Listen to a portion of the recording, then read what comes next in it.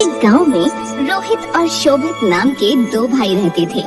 बड़ा भाई रोहित अपने छोटे भाई से बहुत जलन रखता था, क्योंकि शोभित पढ़ाई लिखाई में होशियार था और रोहित उसे परेशान करता था। वो अपने भाई से घर का सारा काम करवाता था और खुद एक भी काम नहीं करता था। बस जंगल से लकड़ियाँ लाने जाता था और उन्हें नगर में बेचता था। लेकिन उसका छोटा भाई बहुत दयालु था। एक दिन सुबह रोहित भैया उठो, आज जंगल नहीं जाना क्या आपको? काम के लिए देर हो रही है। उठो भैया उठो। अरे सुबह सुबह क्यों सर पर चढ़े हो? सोने दो मुझे, जाकर अपना काम कर। मैं भी सोकर उठूंगा तब जाऊंगा। चल जा यहाँ से।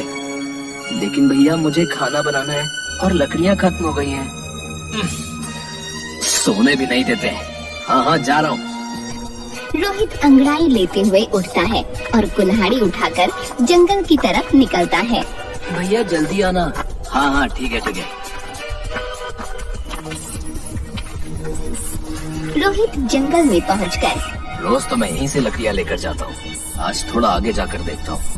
यही सोचकर वो आगे बढ़ गया और थोड़ी दूर चलने के बाद उसे एक बहुत सुंदर दिखने वाला पेड़ दिखाई दिया। अरे वाह, ये बहुत अच्छा पेड़ है। अगर मैंने इसे आज काट लिया तो 10-15 दिन के लिए आराम हो जाएगा। रोहित ने यही सोचकर जैसे ही पेड़ काटने के लिए कुल्हाड़ी उठाई, वैसे ही वो पेड़ बोला, रुको भाई रुको, मैं एक जादुई पेड़ हूँ, तुम मुझे मत काटो। अगर तुम मुझे नहीं काटोगे तो मैं अपने सोने का फल तुम्हें दे दूंगा। क्या?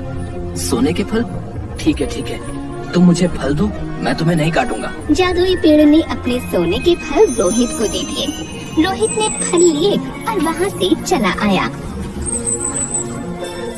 अरे वाह, मेरी किस्मत, आज तो ऊपर वाले ने छप्पर फाड़ के दिया है। अब तो कोई काम नहीं करना पड़ेगा, बस किसी को इस जादुई पेड़ के बारे में खबर न लगे। अब इस फल को बाजार में बेच कर आता हूँ।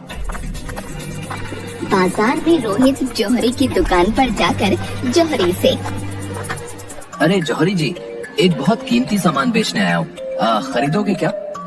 तुम्हें अंदर किसने आने दिया है? तुम्हारे पास कुछ है भी बेचने के लिए जो बेचोगे? रोहित फल निकालता है और जौहरी को दिखाता है।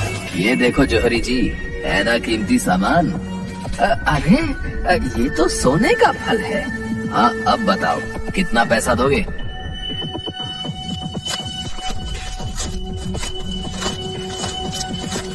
ये लो 15,000 और लाओ ये सोने का फल मुझे दे दो। रोहित जौहरी को वो फल देकर पैसे ले लेता है और घर आ जाता है।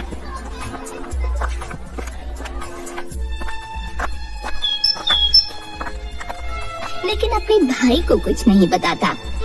रोहित हर दिन एक फल जौहरी को बेचता। एक दिन शोभित अपने भाई से,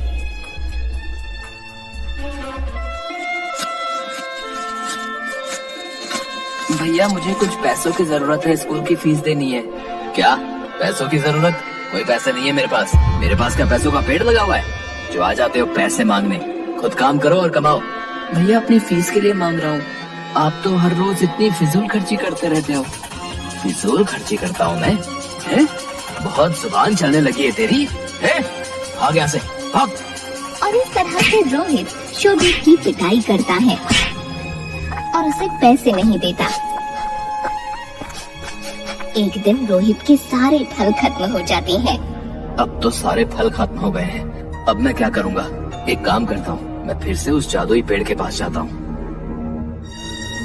रोहित उस पेड़ के पास जाता है और उसे धमकाने लगता है। सुनो जादुई पेड़, अगर तुमने मुझे अपने सारे फल नहीं दिए तो मैं तुम्हारी सारी शाखाएं काट दूंगा।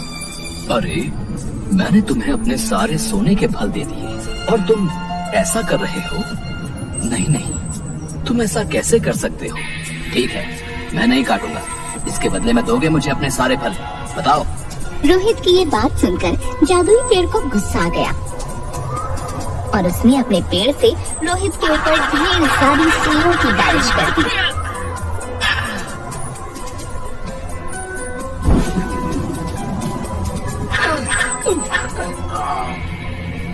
जिससे वो बहुत बुरी तरह घायल हो गया। अरे अरे, ये क्या कर रहे हो? बचाओ बचाओ कोई मुझे, बहुत दर्द हो रहा है। इधर शाम होने पर शोभित को अपने भाई की चिंता होने लगी। शाम होने को है, लेकिन अभी तक भैया नहीं आए। जाके देखता हूँ कहाँ गए हैं। इतनी देर तो कभी नहीं हुई भैया को।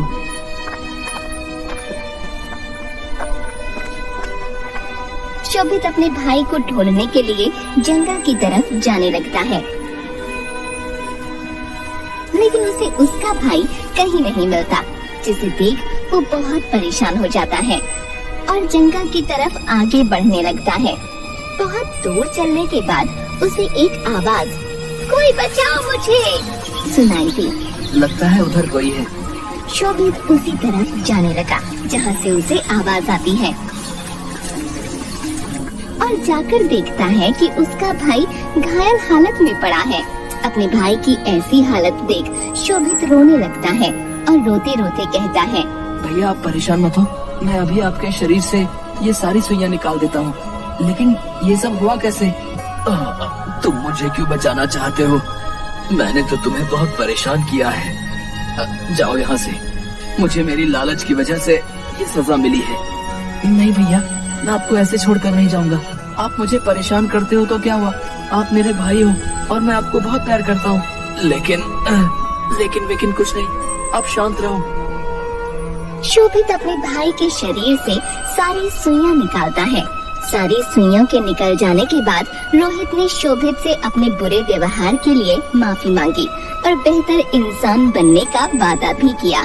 लेकिन भैया ये सब हुआ कैसे? रोहित ने शोभित को सारी बात बताई। मैं लालच में आकर इस पेड़ को काटने जा रहा था, जिसकी वजह से जादुई पेड़ ने मुझे ये सजा दी। जादुई पेड़, मुझे माफ कर दो। मुझे बहुत अच्छा लगा तुम्हारे अंदर ये बदलाव देखकर। अब तुम मेरे सारे फल ले लो। जादुई पेड़ ने अपने सारे फल उन लोगों को दे दिए और अपनी शक्तियों से रोहित के सारे घाव भी ठीक कर दिए।